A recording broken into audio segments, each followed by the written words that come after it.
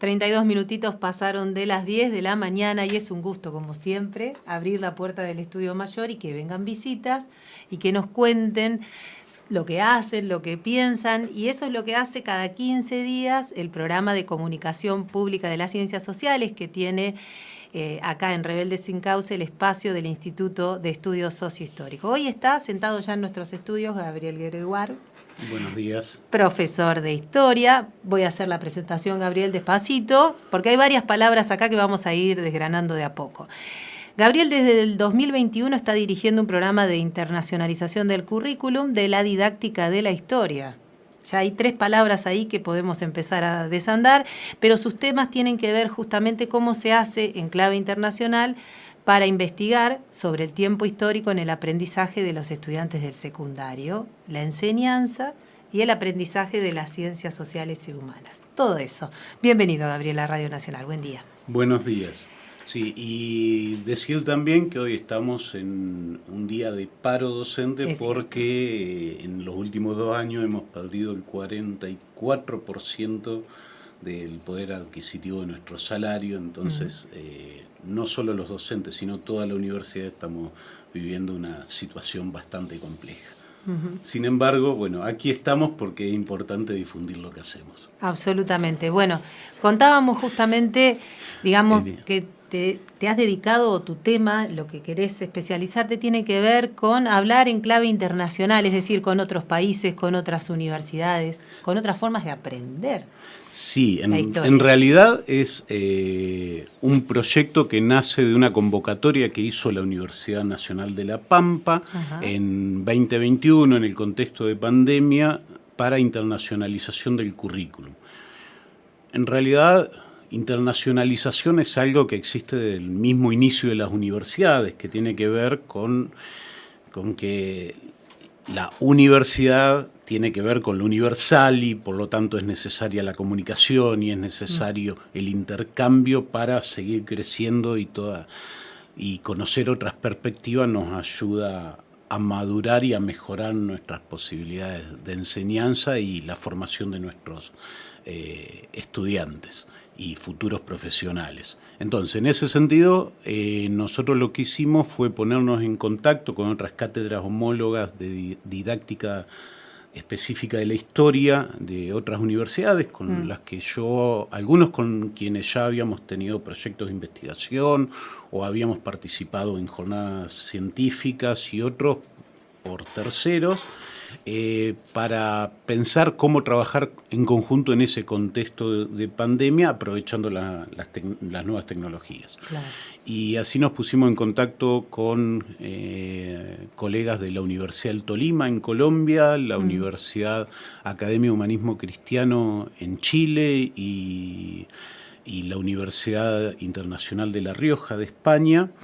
Y lo que armamos fue un proyecto que lo armamos en forma conjunta y lo estamos llevando adelante todavía al día de hoy, por el cual nosotros hacemos que nuestros estudiantes, que en todos los países tienen una tarea en parte de su formación profesional que tiene que ver con preparar secuencias didácticas para luego ejercerla, aprender a enseñar planificar, historia. Sí, pero a planificar sobre todo, bueno, que lo hicieran colaborativamente, en conjunto, porque luego cuando vayan a las escuelas tienen que trabajar con otros docentes, con colegas para pensar la enseñanza, y que lo hicieran con estudiantes de otros países, formados en otras culturas, para adquirir competencias internacionales,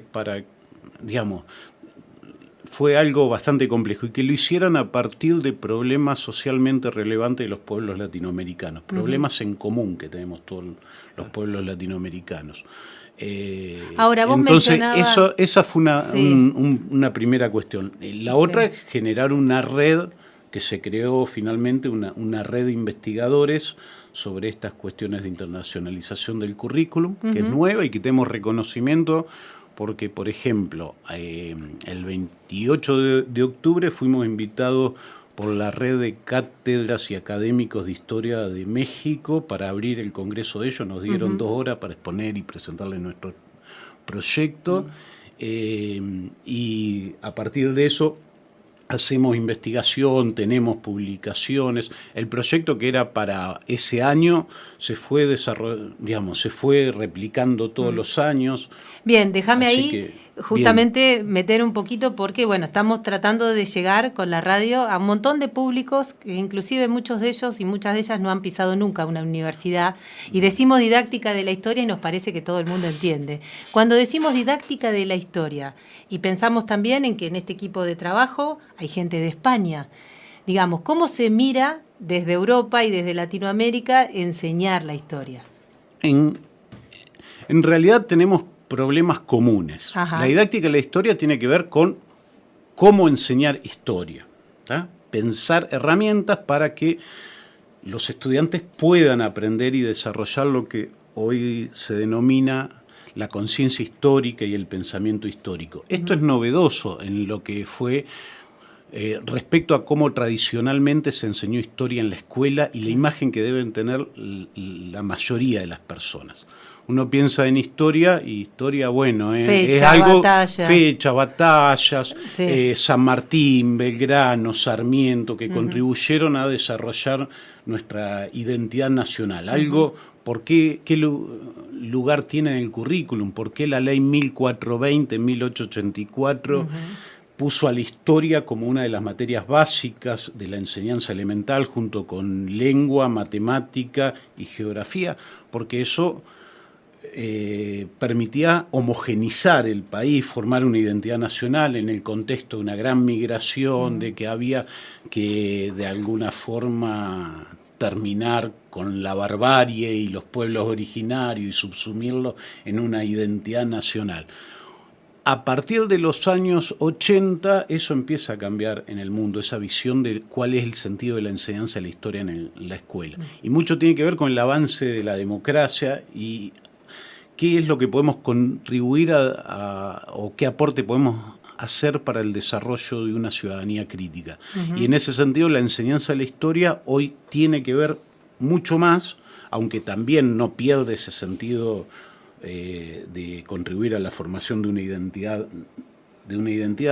tiene que ver con poder analizar críticamente, relacionar el pasado para entender el presente y poder proyectar el futuro, conocer que siempre hay alternativas, que las personas tenemos la capacidad de agencia y de intervenir también en nuestro destino. Entonces, en todos los países que participamos del proyecto, estamos pensando en esta forma de enseñar historia, o que este debería ser el objetivo de la historia. Digamos, aprender, que los alumnos en la escuela puedan aprender a trabajar una fuente histórica, que quiere, digamos, que es una actividad una fuente histórica sí. Es una señal que nos ha quedado del pasado, un periódico viejo, una foto antigua, un monumento, un edificio. Si nosotros vamos y visitamos donde ahora funciona Bienestar Social del gobierno provincial, Pampa, claro. Que fue la antigua Casa de Gobierno de la provincia. Uno ve esa construcción que tiene mucho de grecorromana y tiene que ver, digamos, hay que saber hacerle preguntas a esa fuente. O toma un periódico viejo. Lo que es interesante que los chicos puedan contextualizarlo, ver cuándo se produjo la noticia, en qué contexto, qué intereses tenían los que dan a conocer esto, los que construyeron esa casa de gobierno con ese formato, con esa arquitectura tan particular. ¿Qué interés tenían? Y que los vieran como los continuadores de la civilización, y la civilización. Ahora, entonces eso te sirve hoy, digamos, debería servir para que si uno ve una fake news o ve una noticia en internet, y debería saber quién está publicando, cuál es la intención de esta noticia. O sea que el periodismo objetivo no existe. Sería así. A ver, había algo que Karl Jasper, un viejo filósofo que tuve como bibliografía en filosofía cuando recién entré a la facultad el siglo pasado, de decía que la verdad a la que podemos aspirar las personas es una verdad intersubjetiva, que nace de la subjetividad de cada uno, y cuanto más estemos de acuerdo en que esa es la verdad, esa es la mejor verdad que podemos lograr. Pero nunca es total, nunca es absoluta. Entonces hay que irla construyendo siempre. Y, digamos, lo importante es, frente a un tema controvertido, poder escuchar distintas campanas y que uno vaya construyendo su propia verdad. Y en ese sentido, ¿qué periodos de la historia han abarcado o abarcan? ¿Es todo siglo XX, parte del XIX? Nosotros, hasta nuestros días? Este ejercicio que hacemos con los estudiantes les dejamos libremente pensar qué temas iban a enseñar ellos en la escuela. Y obviamente todos los temas tenían que ver con la llegada de los españoles y los europeos y lo que significó la conquista y colonización para los pueblos americanos. Pero gran parte de ellos, la preocupación tiene que ver con la historia reciente, con la segunda mitad del siglo XX fundamentalmente. Y esto tiene que ver también con los cambios curriculares. Nosotros en 2012 empezamos con un proyecto de investigación sobre los jóvenes, la historia y la cultura política, trabajando con encuestas, y luego lo seguimos a partir de 2019 analizando relatos. Primero fue un proyecto de investigación cualitativo, luego cuantitativo, para ver qué estaba sucediendo en las escuelas con la enseñanza a partir de las reformas curriculares grandes que tuvimos en la década del 90 y a partir del 2006. Y bueno, claramente hoy en lo que es el ciclo orientado al secundario se enseña historia del siglo XX, de 1930 hasta la actualidad. Y tomaron peso algunos temas como la dictadura militar y la guerra de Malvinas. Muy claramente, algo que no aparecía hace 30 años aparecía atrás. más dibujado en las encuestas del 2012, 2013, ahora aparece con mayor fuerza. Antes no se enseñaba, digamos, el secundario que yo tuve, no aparecía, se llegaba Rosa. a Perón, se llegaba no aparecía Rosas en los libros nuestros del secundario, por lo menos el mío. Depende de qué libro, porque Rosa fue incorporado al Panteón de Héroes en la década de 1940 ya. Esta es una discusión viejísima entre revisionistas, pero en realidad terminó formando parte en algún momento yo me acuerdo, el libro Ibáñez, que fue un libro que yo cuando entré al secundario utilicé en primer año el libro de Ibáñez que había utilizado mi viejo. En mi caso mi mamá. Que lo había en Carlos Casares, que él había estudiado en la década del 50 y yo lo utilicé en la década del 80. Y era el mismo libro que fue el libro que tuvo más constancia, hecho paradójicamente por un profesor de lengua y literatura, que ni era historiador. Y ahí Rosas aparecía y se destacaban ciertas cuestiones, ciertos atributos de su gobierno que eran también, digamos, importantes para los gobiernos militares, como el hecho de haber controlado la prensa, el haber impuesto el orden, haber terminado con la mazorca. Todas esas, desde ese lugar se lo incorporó al Panteón de... Gabriel. Pero bueno, ahora aparecen estos temas, la dictadura... Y nosotros vemos problemas con cómo se ha enseñado, porque de hecho si uno analiza la cultura política y las orientaciones de los chicos, y con respecto a qué pasó durante la dictadura militar, hay un problema, y ahí nosotros advertíamos, y ya ahora salen publicaciones sobre cómo se ha enseñado, el recorte que se ha utilizado. El gobierno nacional en un determinado momento decidió tomar como fecha el 24 de marzo. En lugar, podría haber tomado el 10 de diciembre, la recuperación de la democracia. Entonces, la visión estuvo puesta en la represión, pero descontextualizado. Los chicos no relacionan la guerra de Malvinas con la dictadura militar. Esto en quinto y sexto año, digamos. son dos cosas aisladas que no tienen nada que ver. Y realmente, bueno, ahí hemos tenido un problema de enseñanza que habría que revisar. No solamente la universidad, sino también o acompañando o acompañados del Estado provincial, que es el que tiene la jurisdicción sobre la enseñanza secundaria, que es donde se forman, o la última etapa de formación obligatoria de los nuevos ciudadanos. A eso te quería preguntar. El que habla es Gabriel Gregoire, es profe de historia, nos está contando acerca de un trabajo de análisis de la manera en la que se ha enseñado historia, los temas que se han tomado. ¿Y cómo se aprende? Y cómo se aprende. Te quería preguntar a dónde van las conclusiones de ese trabajo, porque efectivamente, digamos, si no va a quedar capaz como una mirada, suponete que pueden hacer ustedes como profes, pero no sé si va a modificar mucho en la realidad cuando, por lo que vos contás, como que está el consenso de que hay que cambiar cierta manera de enseñar. Es esto que vos decías, tiene que ser autoridades educativas. Tiene que ver con la formación de los profes después. De los profes, la formación durante el ejercicio de la profesión, tiene que ver con inversión del Estado en capacitación docente en ejercicio, tiene que ver con la red, PAMI, qué cursos se priorizan, tiene que ver con los cambios curriculares. Digamos, nosotros vemos una serie de problemas que obviamente es lo que vemos nosotros de nuestras investigaciones, esto deberíamos, digamos, Gabriel, son interesantes. ¿en el resto de Latinoamérica pasa lo mismo que pasó con relación a cómo se ve la dictadura o se vieron las dictaduras en los otros países, por ejemplo, en Colombia, si bien es otro tipo de proceso, de guerra civil y demás, pero mencionaste Chile, es decir, Chile, ¿cómo se ve, por ejemplo? Nosotros, por ejemplo,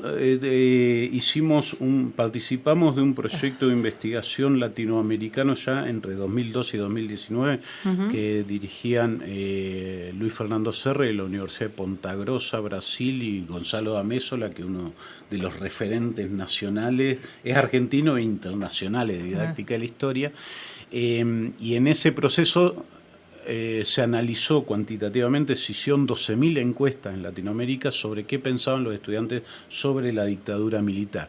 Y en el caso de Chile, como en Argentina, teníamos una visión bastante similar, esto entre 2012 y 2017, que tenía que ver con una fuerte crítica a lo que había sido la dictadura militar, digamos, entender que había habido una excesiva violencia, el desarrollo del terrorismo de Estado, el secuestro. Un plan sistemático. Y había dudas sobre la cuestión económica, de los resultados económicos de los gobiernos dictatoriales.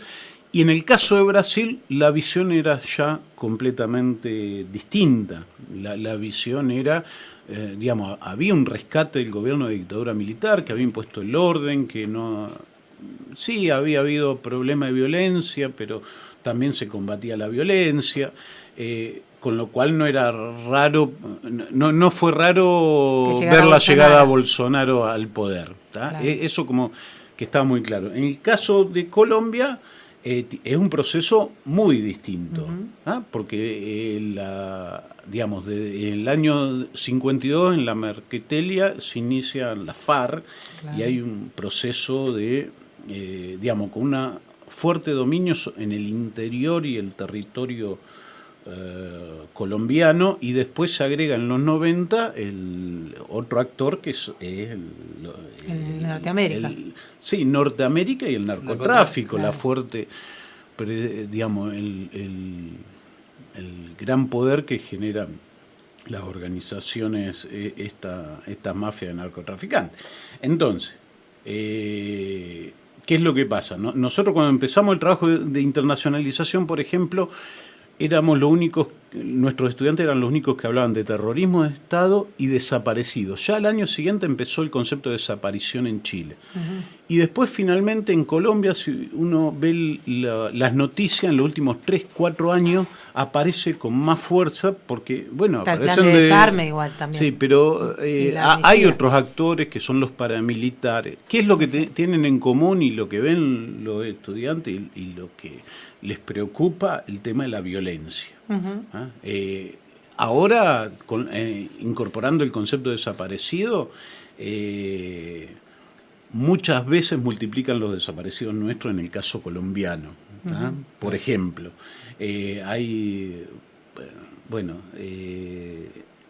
la visión La sobre la diferencia dictadura y de es... dónde vienen, ¿no? Sí.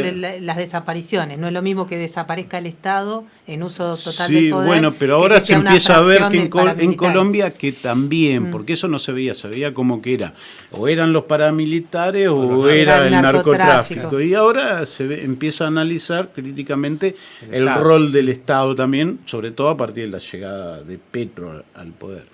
Pero bueno, sí es cierto que en Brasil hay una visión muy distinta y que la visión sobre la dictadura en los últimos años, a partir del trabajo que hacemos con relato histórico en nuestro país, también cambió. ¿No? Porque aparecen otros discursos muy fuertemente, no dentro de la escuela, pero sí a través de los medios de comunicación. Qué interesante, para eso vas a venir otro día, porque estaría buenísimo poder profundizar. Ahora ya tenemos que ir redondeando, preguntarte, Gabriel, digamos, en qué estado está tu trabajo, si hay alguna publicación, si se puede consultar todo esto que vos estás concluyendo. Nosotros lo que hicimos fue ayudarle a nuestros estudiantes a publicar parte de sus producciones. Para muchos de ellos fueron las primeras publicaciones, así que si ustedes entran a la página de la editorial de la ULPAM, en la colección Libro de Texto de Articulación Nivel Medio Universidad, ahí van a encontrar 2 publicaciones que se pueden bajar en forma gratuita, donde nosotros tenemos una primera parte más teórica, donde explicamos el proyecto, donde avanzamos alguna cuestión sobre los cambios curriculares o comparación de cómo se forman los docentes para enseñar ciencias sociales o historia en distintos países latinoamericanos, que son muy distintas. Y después hay una parte de secuencias de cómo trabajar en el aula estos problemas socialmente relevantes, hecha por estudiantes. Qué interesante. Eso, después tenemos publicaciones que se pueden conseguir en el editorial de la universidad, y sí, seguimos trabajando. Además tenemos otros proyectos que tienen que ver con nuestra responsabilidad social como docente universitario. En el Instituto Sociohistórico hay digamos, ya deben haber hablado en otras ocasiones del programa de los pueblos en su centenario, que se agregaron instituciones. También, sí. Yo soy editor de un libro junto a Estela Cornelí sobre el centenario del Club All Boys. De All Boys, que ayer tuvimos una reunión con el presidente de All Boys y el secretario y la secretaria de Cultura de la Universidad, Lucía Colombato, para ya coordinar lo que es la impresión de ese libro, donde es una de las instituciones más importantes de La Pampa, que ha desarrollado. Vamos a publicar un libro de más de cerca de 500 páginas. Hay que llenar 500. Ya está. ¿Ya está? Ya está. Estamos en proceso de publicación y la idea del club es presentarlo en el próximo aniversario, que es el 23 de abril del año próximo. También estamos, continuamos con nuestros proyectos que tienen que ver con la enseñanza de la historia. Sí. Muchísimas gracias por haberte venido hasta acá, por habernos contado. Es fundamental que además ustedes que investigan, que producen conocimiento, vengan a estos espacios donde intentamos dialogar para que lo conozca, sobre todo, en primer lugar, la población de la provincia de La Pampa, porque esto es conocimiento situado, más que nunca, porque estás reflexionando sobre cómo enseñamos acá. Sí, eso es fundamental. Sí, y quería rescatar esta idea que nosotros trabajamos mucho con nuestros estudiantes, que ya están a punto de ser colegas nuestros, que van a ser docentes. Todo docente tiene que ser un investigador. Es fundamental, cuando uno entra a un aula, observar a los estudiantes, ver qué representaciones tiene, analizar cuáles son sus ideas previas, para a partir de ahí enseñar y ir pensando cómo llevar adelante la enseñanza de la historia. Así como todo investigador tiene que ser alguien que enseñe, que muestre lo que hace, porque si lo hace para que se quede solo en una biblioteca, no sirve de nada y no contribuye nada a la sociedad. Muchísimas gracias, Gabriel, por haber venido. Muchas gracias a ustedes.